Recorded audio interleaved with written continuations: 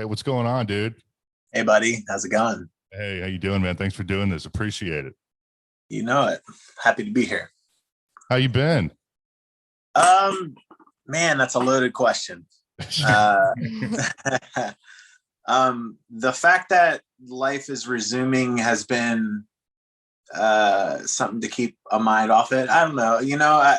I make the most out of every situation, but it's been a little turbulent couple months, to be honest.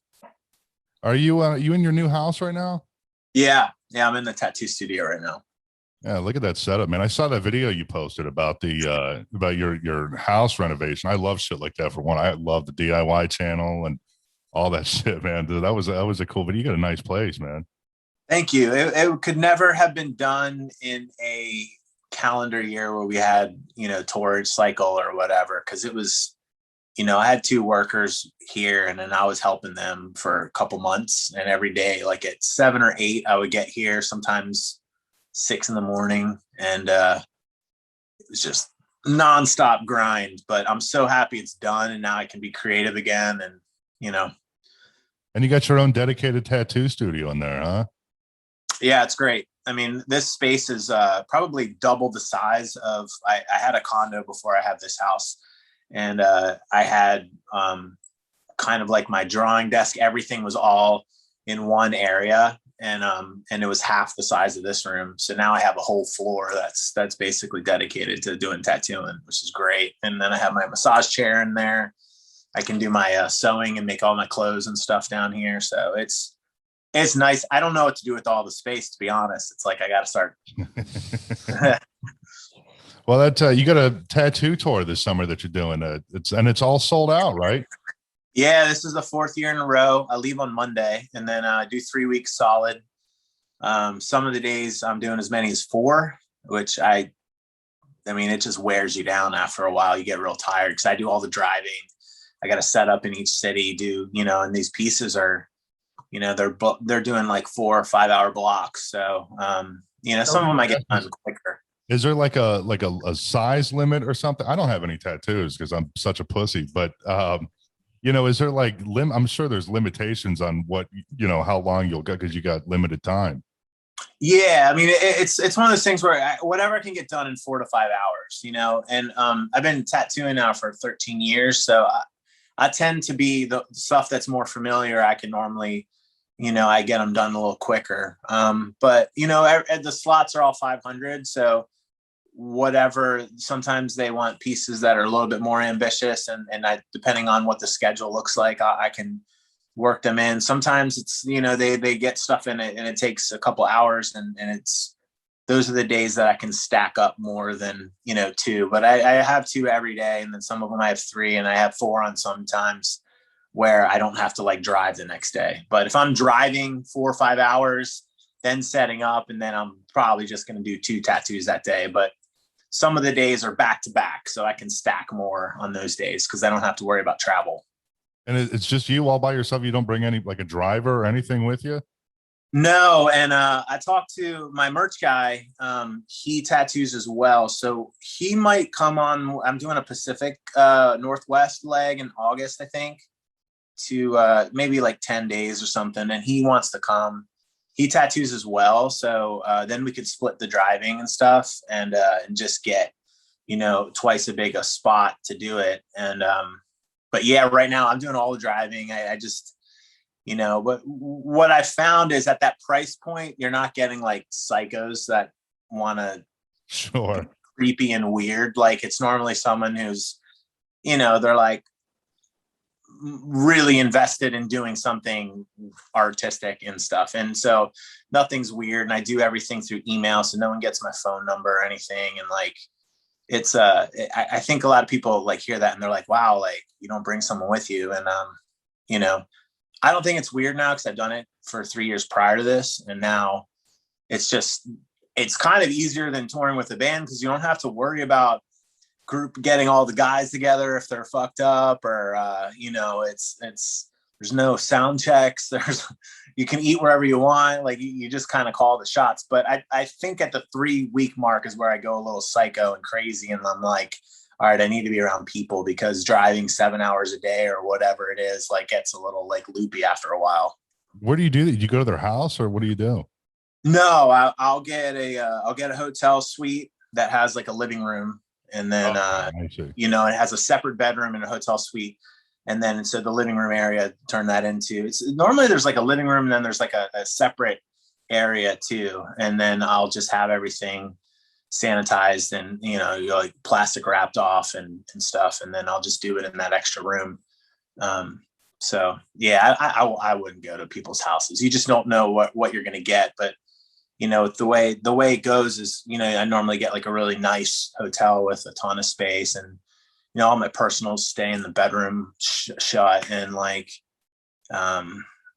it's worked out great. I don't know why more people don't do it, but I don't want to give my secrets away. Yeah, totally. Did you do one last year during when COVID was real bad, or no? Yeah, I started it in March, I want to say, and I finished it in March. And I remember COVID was happening, and I was still out, and I was like, I had two people postponed to this year. One was actually sick, and the other person had to get surgery on their leg. But yeah, I was kind of like in it before the COVID started. Now I'm doing it right as COVID's ending, sort of. So I didn't see a lot of weirdness when I was out, and I was talking to a lot of people in LA who LA handled this way differently than a lot of other states, that now that I can kind of differentiate. But yeah, I got back home, and everyone was scared to leave their house. Yeah, it's got to feel good now. I mean, things are kind of going back to normal. And I mean, you got a busy year with this tattoo tour starting next week, and then the Pacific Northwest one, and then obviously, the thing going on in the fall, which will be cool. It'll be a good year. Yeah, I mean, I've been traveling and so used to traveling that, like, for the last, I don't know, year and a half, your party is kind of dead and dormant, and that was really hard. I accepted it, and I made the most out of that situation, and I spent my time spending a lot of time with people that I care about, but that sense of like who you are kind of goes away, and I had to just focus on other things, which you get creative, and you figure out ways to make things happen, and I always do that, but that sense of just getting that inner thing out and performing, like, I miss that so much. Well, and it was kind of a bummer for you because, your last album, Rockin Dead, came out, I think it was January of 2020. And, you couldn't really get anything going because of COVID hit right after. So it was like just really poor timing. Yeah, I mean, I was crushed. It took me a while to kind of recover mentally from that, because like we called in a lot of favors for the videos, and like, I got Richard Villa to do the album art, and this is the first time that anyone's ever done an album of mine like someone else, and he did such a fantastic job, and to just have the whole year stripped from us was, a lot of other bands had the same problem, it wasn't just us, but it really made me like, I mean, you just gotta bounce back, It's like I dwelled in it in a minute, and it's normal. That's not like me, but I think because things were stagnant for so long, it kind of it's stuck with me a little bit longer. And then what happened is just, I just got a fire ignited in me a couple months ago, and started working on some original music again, and then we got that Afraid of Americans cover coming together, which comes out June 11th, and you just, who does that song originally? Is that a Bowie song? Yeah, it's Bowie, and then Reznor got on it. Oh, okay, wow. Mm-hmm. And we did it, man. My producer's mad at me, but he was mad for a second, but we did it where me and Needles, who, we generally build the music from the ground up in song. We did the song, and then we brought it to our producer, Charles. And we didn't tell him it was a cover because we wanted him to put his spin on it before he so he thought outside the box, right? So we gave him the song. He's like, yo, dude, this is going to be a banger. It's going to be awesome. I'm like, sick, you know? And then so he did some arrangement differentiating and like did some spins on it. And then like toward the end of it, we told him it was a cover, and he was kind of mad at us because like, I guess he would have approached it differently, like split wise, because of the publishing aspect and all that stuff. But we didn't want to tell him it was a cover because we wanted him to just take the bones of what we had and just make it better, instead of referencing the original and being like, hey, well, this is what they did. You know what I mean? So Right. I was just trying to be as creative as possible with it. And he took it as, well, shit, like I would have been creative either way. And I don't know if that's true or not, but anyway, he gave me a little bit of an attitude about it. And then we talked it through. It was fine. But I think sometimes when you know what the box is, you don't think outside it. And I just wanted to give him a clean palette, and just like we threw him the song, and as a result, we have a lot of a different arrangement. The song has its own life. It's not like when Weezer covered Africa, it just sounds the exact fucking same. Like this thing actually sounds like someone took it somewhere new, and it's in our style, and it's gonna be sick. So I'm excited to see what happens. Yeah, I'm excited to hear it. I thought the last album was great, and Trent over here, he's a big fan of yours. I think you guys, we've been working together and we've never met. I think you and Trent have met before, but yeah, we've met at Incarceration, or I guess it was called Ink and the Clink at the time, and then we also met at the Foundry in Lakewood. Oh man, Trent, get us on that festival. Incarceration Fest. Yeah, we'll try to. Hey, definitely. We tried, man. We tried. Whose dick do we have to suck? Well, when they switched from Ink and the Clink to Incarceration, I think the guy that started Ink and the Clink, I heard he like ripped off a bunch of bands and stole like a ton of money or something. That's why they brought in somebody else and rebranded and everything. But that's a cool festival, man. I mean, the concept is cool. Doing a rock and tattoo festival at where they filmed Shawshank. It's a cool concept. Yeah, it's still at that jail, right? Yeah, right out front. And then the tattoo. You should do. You got to do a tattoo, or you got to do tattoos at the festival, man. That'd be fucking cool. Yeah, I could. It's funny because like people. Well, I mean, if they want to contact me, I'd consider it. What's interesting is like I've been offered to do guest spots, like when I do my tattoo tour. Like we got hit up by someone in Arizona and someone in Ann Arbor, and I just when you can do it on your own and you don't have to split, why? Right, you know what I'm saying? Like it goes back to the whole, being different than going out with a band, because you just pocket all the money yourself. You don't got to pay anybody. You don't got to split anything, Yeah, I mean, it's I love doing band tours. That's where my heart is, and this is a different thing. This is fun because I can kind of call my own shots and go explore and like go to whatever restaurant I want to, and that's cool. But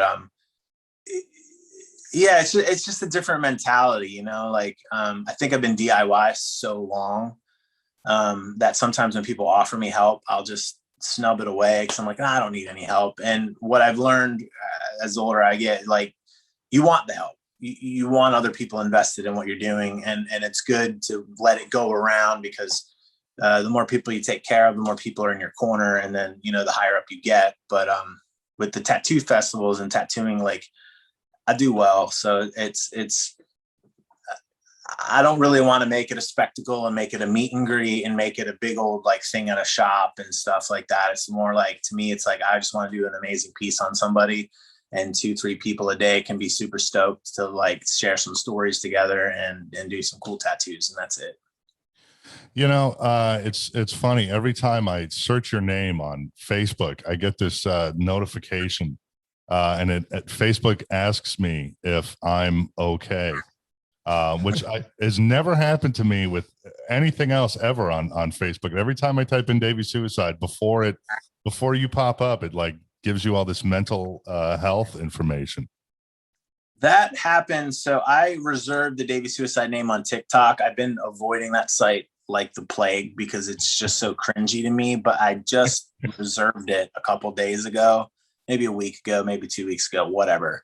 But if you put in Davey Suicide in the search, the prevention thing comes up too. Yeah. So I feel like it's like a trigger word now, which definitely works against the brand because, that name was never supposed to be literal. It was always just, it's more of an empowering thing. Like, unless you kill yourself, there's no ceiling for what you're capable of. And it's just like, I heard you say that in another interview, and I was like, my God, that is such a great fucking quote. I mean, it really is.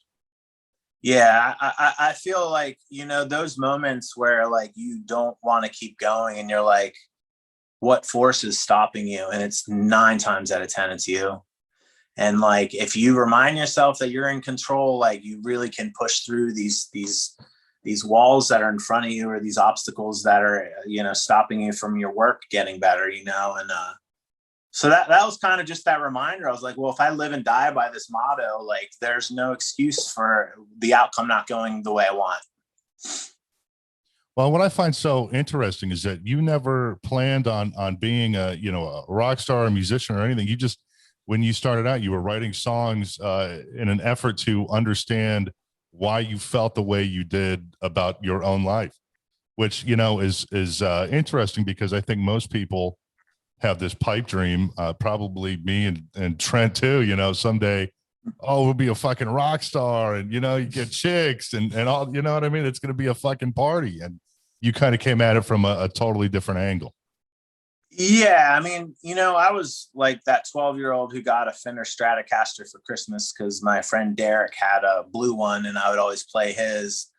And I started playing guitar, and I didn't understand why I didn't like have friends at school. And my parents would just sling me back and forth every 2 weeks, because they had joint custody. And I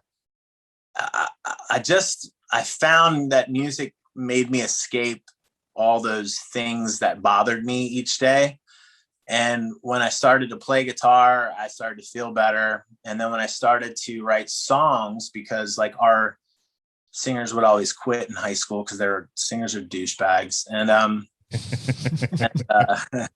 so I started to like share my lyrics and stuff with people. And then I started to realize that there was a lot of other people that felt the same way I did. And those shows and stuff that we would just, make little paper flyers and pass around and stuff, like that was what started making me have friends, which is ironic. But that feeling of performing, even if it was for like 20 people at a party in someone's kitchen, it was just, that was the feeling. I'm like, if I have this as much as possible till the day I die, I will die happy. And I shifted in high school from doing sports, because I was a really good baseball player and I had a cannon of an arm, still do. But I shifted from playing sports to music. And that's when my parents were like, we're losing our kid. Like, he's going to be in the gutter with a heroin needle in his arm and dead before we know it. And it just was never the case. Like, it wasn't drugs. It wasn't the girls. It wasn't the fame. It was just like, I wrote songs to feel better. And I wrote lyrics to get out what I couldn't communicate to people. And and I didn't even want to be a singer. I was a fucking guitar player, but we couldn't play shows without someone singing. So finally I just took over and then just taught myself how to. And I hired a vocal coach who did Jesus Christ Superstar. And he taught me how to do breathing and push from my diaphragm, and then do scales and what warm-ups and cool downs were. And then before I knew it, like, I was working on my own songs and ditched the whole band stuff when I got out to California, and just called it Davey Suicide eventually, after trying to make like the collective band name aesthetic work. And then I was like, you know what? I've done this enough and people know me enough on social media where let's get the band members to come in and buy into the sound and to the look and to the songs and stuff. And let's just roll with it that way instead of trying to establish another band name or whatever. And that was good, because it's like, if you give someone a blueprint of what you are, what you're about, they can say, yeah, I'm in or I'm out. And instead of trying to placate and make everyone happy, it's like, hey, this is the vibe. If you can add and make this better, let's go. If this isn't your thing, that's cool too. When were your parents supportive when you switched from sports to music? I mean, I know they, that we're losing our kid and this and that, but were they supportive? Are they supportive now? I mean, do you have a good relationship with them? They were not originally. It was kind of, I mean, I moved out at 16. So I was just like, all right, well, we don't see eye to eye. And I didn't want to have rules. I was just I was a fucking headache. So, they weren't. And then eventually, I'd say when I got to my early 20s, they were like, all right, well, you guys are doing well and you're doing showcases. And, eventually they started warming up and I would say, now it's cool, but they've also seen that, like, in addition to, well, I'm flying all over the world sometimes and that stuff, like that helps. And making real money at it helps too. But they see that this led to me tattooing, this led to me like doing Killers Never Die. And then, all the other avenues, making clothes, stage clothes for people, custom vests. And like, it was the gateway to everything else. And like, I realized that the name has led to being able to do the tattoo tours and stuff like that too. Like it's the brand itself, all the vehicles, they get up the mountain quicker because it's pushed by something. Well, it seems like, talk to a lot of musicians and it's always, the parents were so anti, rock star dream. But, I think a lot of it's just because for most people, it never pans out. And then, some people can't ever let go of the dream. And then they end up being a fucking bum their whole life because they can't let their teenage pipe dream go, And you've turned into other things, so many other things, like you just said, outside of music, I mean, you have this whole brand. It's not just a band. You know what I mean? I think the mindset has to be this, like, you have to be wanting to become great at whatever you're doing. I don't care if it's freaking shoveling snow. You have to want to become great, and you can't just be looking for the incentives to do it because I think we lost the video there. Oh yeah, just someone was beeping in. Oh, no worries. But what I would say is, like, I think a lot of people want the perks without the work, and they think that like this overnight success thing happens and all of a sudden you're on a big stage and you're on big festivals or you're on big tours. And like, I mean, that stuff is great, but the hard work and the time that you have to devote to get to that point, unless you're like a lightning in the bottle band, like, I don't know, like Asking Alexander got signed when they were super young and it just took off from there, and that Bring Me did the same thing. And then those are not common cases. And I think you have to be in it for the right reasons, and you have to have an authenticity to you, because people can see when it's not real. I think one thing I learned, this guy, Richard Villa, was doing our Rockin Dead video. And we shot the video across 3 days. And the last day was like, just like a scene at my old house. And it's the very last scene in the video. And he came over and he's like, dude, he's like, I'm so glad you're not a fucking fake. I'm like, what are you talking about?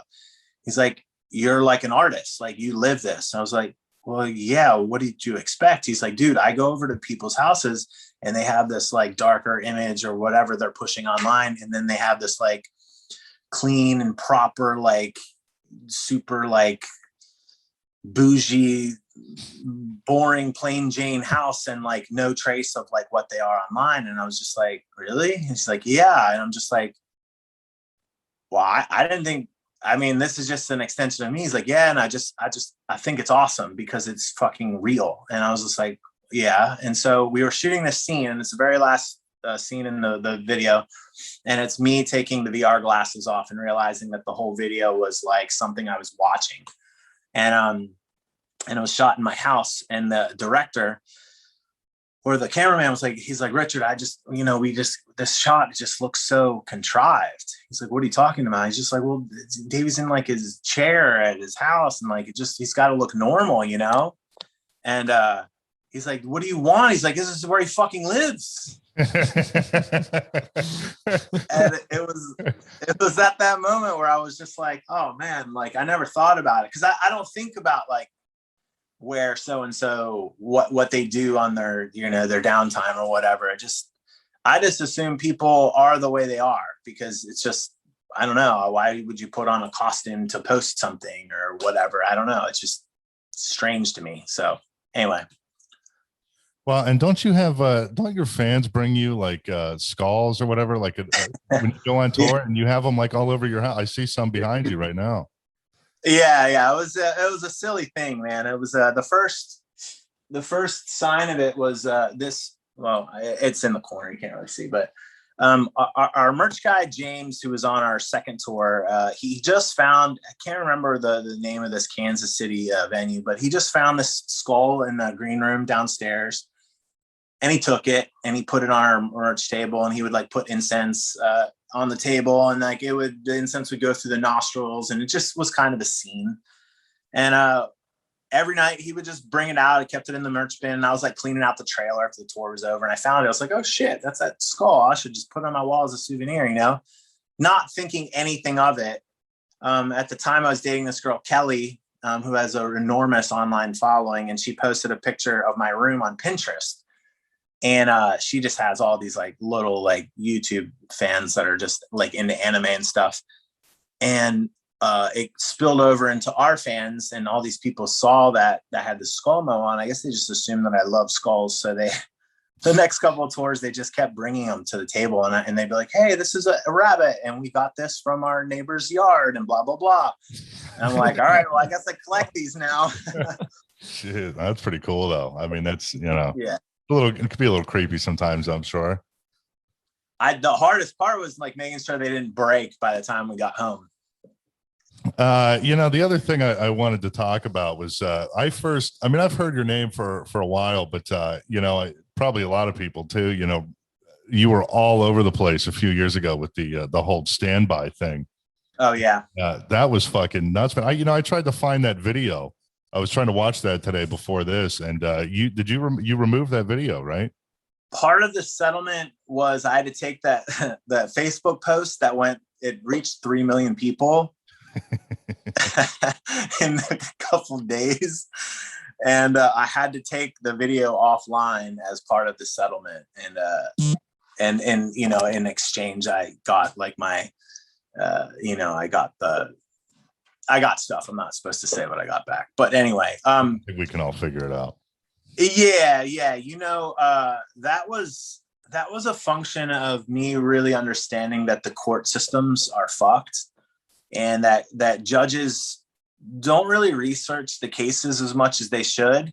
And they tend to want to force both sides into mediating and settling instead of like spearheading the cases. And they'll try to dissuade you by being like, oh, well, we have to pay X amount for each piece of paper that the stenographer records each day. And they try to just build this mountain of money essentially against both sides to try to force them into just, kind of figuring out a situation where they both walk away.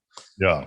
And, I had litigated for like a year, and nothing was really happening. And I don't think my lawyer was 100% believing everything I was telling him, because he kept giving Neil's lawyer more time. Like, oh, well, I think they're going to do it. I think they're going to settle. I think this is going to happen. And finally, after kind of doing my thing, and like our music videos kept getting taken down, and like Neil would just fuck with us so bad. And he wasn't paying for anything. Hadn't paid for even the first album or most of everything. So I just gave my lawyer a suspense date, and I was like, if you don't have a settlement by this date, I'm going to post a video. And he's like, what are you talking about? He's like, what's the video? I was just like, it's all factual. It's all just content. And I am tired of waiting, and no disrespect to you, but you guys can't get this job done. And I need to get this thing moving because I'm sick of like living my life in turmoil. And so he's like, well, will you at least send me the video? And I was like, yeah, it's fine. And I was just like, and you have till Tuesday to get a settlement out of them and get me released and get me my music back, or this is going to go up. And so I sent it to him, and he looked over the weekend. He let his lawyer friends see it. And then on Tuesday,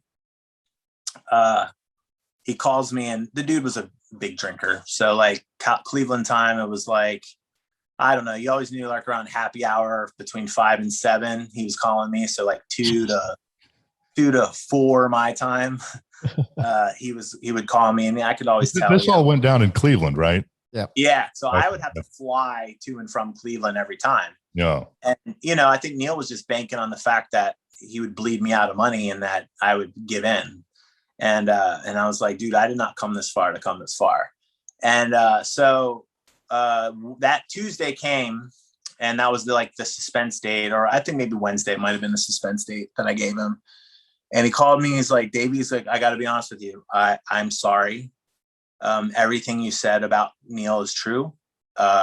He showed me who he was. He's like, post your video. And I was like, what? He's like, yep. He's like, I wanted to believe that he was trying to work toward a solution, and I wanted to believe that he was going to do the right thing. And I just know now, after talking to Mitchell Yelsky, was his lawyer. After talking to Yelsky, I know that's not true.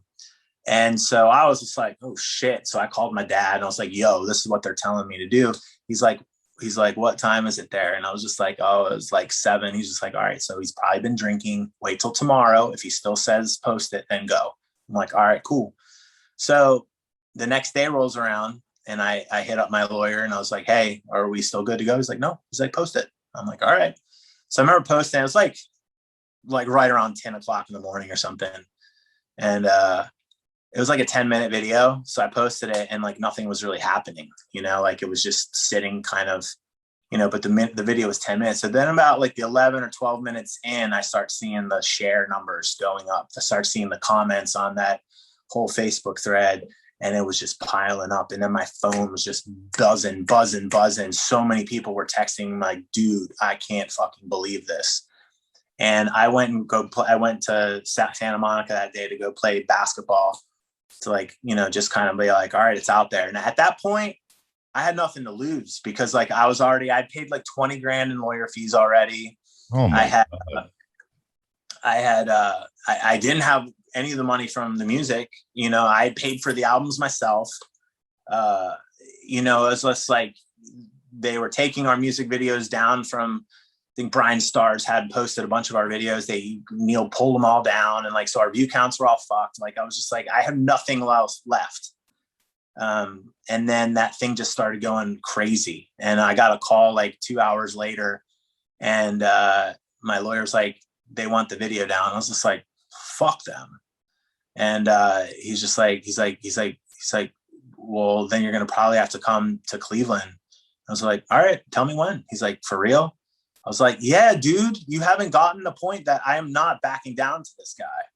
And so he's like, all right. He's like, I'll tell him. And so they made an emergency hearing. I think this was a Wednesday. They made an emergency hearing for Monday. He's like, will you be in court on Monday? He's like, yep. I was like, you give me the address, I'll be there.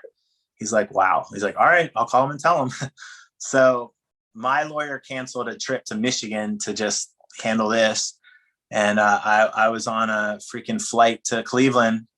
And Monday morning, we went to the judge. And I remember the same judge was on the whole case, and he had us in court. And Neil had his wife there, he had his kid there, he had 3 lawyers. Yeah. Like the dude thought he was O.J. Simpson. And it was just me and my lawyer. And I was a little intimidated at first, but then I was just like, you know what? I know without a shadow of a doubt, I'm right here. So I started to just, my nerves were calm. And the first judge sat up, and he's like, man, I got to tell you, I hear that we're in court on emergency because of some video. He's like, I got to be honest, I didn't even watch it. He's like, I'm disappointed that you guys haven't figured out a mediation and you haven't settled this. I'm remanding this to the court across the street. That'll be all for you guys today. Hits the gavel down, and he's like, you guys are excused. So we were like, what the fuck? So we go across the street, and we go into this chambers of a different lawyer, and he like sits us down, and we're at this long table, and he's Neil and his family and his 300 lawyers are on one side, and me and my lawyer on the other side. And the judge walks in. He's just like, so he's like, how you guys doing? I'm Judge so-and-so. He's just like, so I saw a video. He's like, really good production, like really good.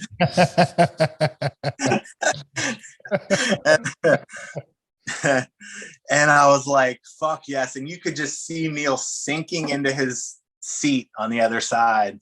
And he's like, what I'd like to do is go around the corner and talk to everybody. And then I want to separate both groups and talk to Neil and Yelsky and your group. And then I'll talk to Davey. And, so Neil's side speaks first, and they're saying how like the daughter and mom are getting death threats and all this stuff. And I'm like, dude, get out of here. No one wants them. They want your ass skinned. Right. And then I say my side, and I had printed out like 70 conversations from bands, managers, talent buyers, whatever, not talent buyers, but bands and managers, and just saying that he had done the same thing to him.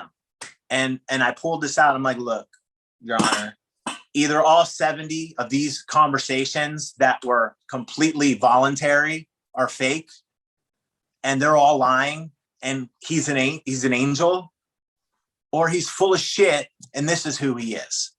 Read them. So he starts thumbing through them, and you can just see like his lawyers like this. They're just like crumbling. And so he splits them up. He goes and talks to them.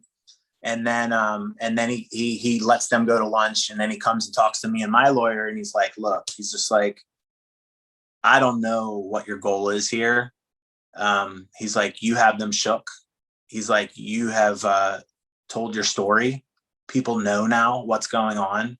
He's like, if I can get you freedom and get you your music back, and get you some money to cover some of this stuff, like, would you consider that? And I was like, I don't know. I'd have to think about it. And then so I go down to a lunch, and it's just me and my lawyer, and we call my dad. And my lawyer's just like, look, like you could be free today to move on with your life. It's not going to be what you want. It's not going to cover. You can move on, or you can stay and try to push for more, and maybe you get it, but maybe you have 6 more months of this, or another year of this, or, it's like at some point, what is your freedom worth? What is your closure worth, and all that stuff. So I thought real hard about it and stuff. And then, so we reached a thing, and I basically was just like, and when we went back up, we kind of like reached a thing, and at first they gawked at the number, and I was just like, it's cool. Well, we'll see you tomorrow then. And then he called him back. He's like, hey, get me this. And they're like, all right. And they said yes. So then we came in, and we were doing the, basically recording the fact that we were settling. And I remember part of it was like Yelsky wanted that video deleted immediately. I was like, dude, I am not deleting anything until that money hits my bank account. Yeah. And Neil actually said something funny. He's like, dude, it's fine. He's like, everybody's already seen it anyway. Who cares about a couple more days? And I was just like, all right, well, that was class. But, and then at the end, he had the audacity to try to come up to me and say like, he wishes me the best of luck or something. I'm like, bitch, I did not say a word to him. I looked away and walked away. Like, don't fucking talk to me. Fuck you, dude. Yeah. That guy was such a clown. And, there's people that worked for him, like Sean Carano, like that guy's a piece of shit, fucking Shandan. And like, those guys knew damn well what that guy was doing. Yeah. Fuck those guys. Well, that was, I've never heard the full story before. So that was something, man. It had to be incredibly liberating though, at the end of it all, right? Yeah. I remember I called my girlfriend at the time, I just broke down. I mean, like, I don't think she knew how strenuous that situation was and how long and drawn out it was, and how it's just like, it was taking what I loved and just souring it. It made it feel like I just felt trapped, man. Like, it made me not want to do music. It made me feel like I was just like, it's like I had moments of like, maybe I need to walk away, and I'm so glad that I was persistent in those moments of being very vulnerable, because I think a lot of bands up until that point had walked away and let that guy walk all over them and let that guy bleed him out, and I knew his game, and I was willing to gamble, and the money wasn't the issue. It was the principle. And you don't go into an agreement and not follow through, and you don't treat people like shit. And he kind of realized what the magic number was for him to put all these bands over the barrel and fuck them, because he knew that they didn't have the money to fight him. And when he came into me, like, I had been preparing for that moment. And the more that it happened, the more that I was just like, this is going to go down. And it just, I had like a rubber band, and you can pull that thing back as far as you want, but once it snaps, like, forget it. And I will lynch motherfucker. And that was it. Like, he had just pushed me too far. And that was it. And, it became about the scene. It became about doing the right thing, ethics, being a man of your word. It was about that stuff. It was never about financial gain. It was never about notoriety, fame, or any of that crap. Like, I didn't care about that. I was just like, you got to do the right thing in life. And if you don't do the right thing, there's a consequence, and you have to know your worth. And if people don't respect it, then you need to call them on it. And that's what that was. Well, that's good that, that you got out of it and brought light to the situation. I mean, like I said, that video was, I mean, I think all the fucking music news sites were sharing that. I mean, that went fucking viral, man. Yeah. I remember making it. And my girlfriend Kelly at the time was like, hey, you need to have a part at the end of this video where you're looking directly into the camera at your fans, and just make them know the pain that you've been going through. And that was tough, because I was just, I was so angry all the time. It was easy to write music at that time. But I did it, and she was right. And I think, people could tell the conviction. I'll send you like a private link so you can see it. Yeah, for sure. I'd love to see it again. The last thing I wanted to ask you before we wrap this up was I wanted to get your thoughts on everything going on with Manson. I'm sure you're, that appears to be a big influence of yours and all that. And, I mean, I think all of us kind of grew up listening to Manson and being a big fan, and it's fucking nuts, man. I to be honest, I haven't followed it that closely. I am not surprised when I hear about this with really powerful people. Yeah. The more powerful tend to be the more corrupt, and I feel like they can get away with it.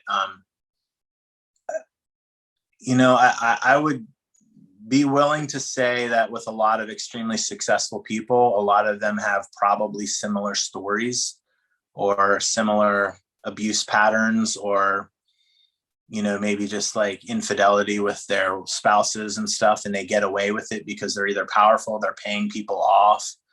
And the fact that they're not decent human beings when they have so many people looking up to them is disappointing to me.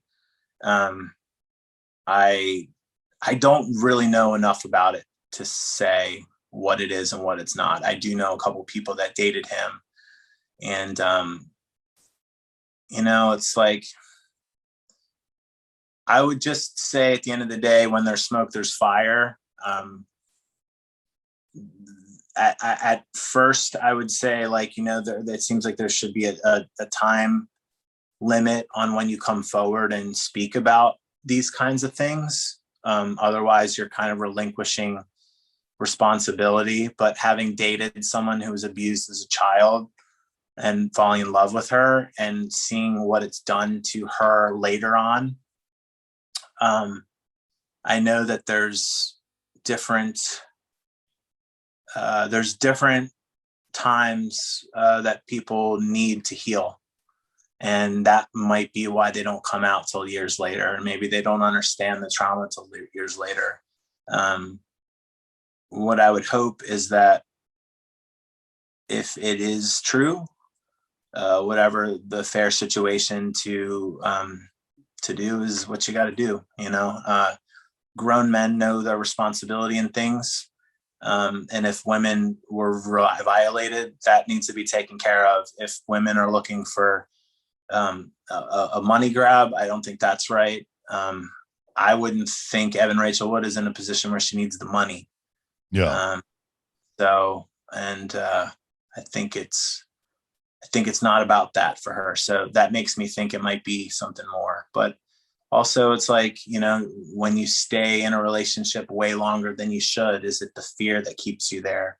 Is it, someone's always the saltier one when you exit a relationship, so it's hard to speak on that. And I truthfully haven't read all the allegations. It's like with the Deshaun Watson thing with football, if 20 something girls are saying the same thing, it's hard to get people on board in a court of law to say the same thing like that. And I'll leave it at that. Well, I really try to be, I'm a firm believer in innocent until proven guilty, and I've told this story on the show before, but the thing that always, I thought was a little fucking weird. Well, not a little weird, really fucking weird was, I dated a girl who was like diehard Manson fan. And we were at a show here in Ohio, which, is where he's from. And his father, when he was still alive, still lived here. And so he would go to the local Manson shows. And we were standing by the door, like backstage, and these two young girls wanted to go in, and they knew that was his father standing there. And they said, "Hey, we want to go backstage and meet him?" And he goes, "Oh, well, show me your tits." And I always thought that was a little, I was like, if that's what, if you have to do that for his father, I don't know. I just always found that to be extremely creepy, especially because this guy was, I don't know how old he was, probably 70 at the time. Yeah. And, these girls are like fucking, 20 years old, roughly. I mean, who knows, So that's why I try to, innocent until proven guilty, but that was seeing that with my own eyes. I was like, oh, fuck, man, I don't know about this one. Yeah, it's weird just when it comes out so much later, But, in the 80s, are we still there? Okay, we're there. In the 80s and stuff, man, I mean, it's just like, if there were camera phones and everything like we have technology wise, man, like I'm sure what happened back then was way worse than what happened. I'm sure, man. I'm sure, I'm a huge Motley Crue fan, and I can't even imagine some of the shit that's probably happened. Yeah, them, guns, I mean, all those hair bands, that was that lifestyle, and so, I think in all these situations, people need to take their responsibility in things. There's definitely people that will out people for notoriety, fame, and for money. And then there's definitely shitty human beings that use their power to leverage situations in their favor. So the only thing that I will say is like the court systems are so set up to you can dodge responsibility because of the way they're set up. I really think the courts need a reform, and lawyers are not saying these people are innocent when they get them off. They're finding loopholes to dodge situations so that they can reduce everything, Sure. And that's the part that I don't like. It's like, when you look at something black and white and it's obviously one way, but because there's all these built-in rules to get around, which most defense lawyers know them, and that's how they get guilty people off or get them on minimum sentences and stuff. That's not the game to play. And those are the lawyers, those people that go home to their wives and stuff and enable this shitty behavior to continue, those are the people that need to be checked. No, I agree 100%. Well, Davey, I appreciate you coming on. Any plugs you want to make before we go here? I know you got the David Bowie cover coming out soon, the tattoo tour.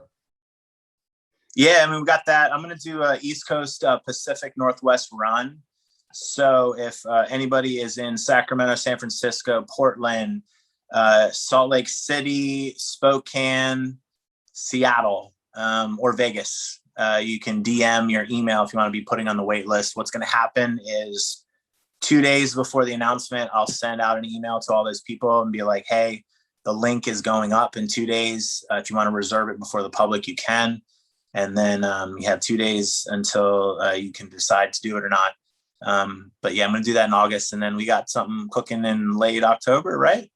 Yeah. October, November. That's right. That'll be, we can't talk about it, but yeah, that'll be announcing soon. How quick do you think this West Coast tattoo thing will sell out? How fast did the last one sell out? It's 2 days. So we had 3 weeks sold out in 2 days. And it was more than I had to turn people away because I would probably die of exhaustion if I took on the amount of ones that were extra. But I know at 3 weeks I go crazy, so I had to cut it off. This West Coast leg, it's gonna be the first time I've ever done it. And I would imagine we'll probably sell this one out too. I mean, and that's going to be cool. I'm looking at new areas to do this in, and it's fun to do it in between music, and it's cool to connect with people. So, well, Davey, thank you for coming on. I appreciate it. We're going to take a real quick break. We'll come back. We'll wrap everything up. We'll be right back. Hang on. We'll see you next time on the Crash Report. While you wait, make sure to like and subscribe to the show, damn it. Thanks for listening.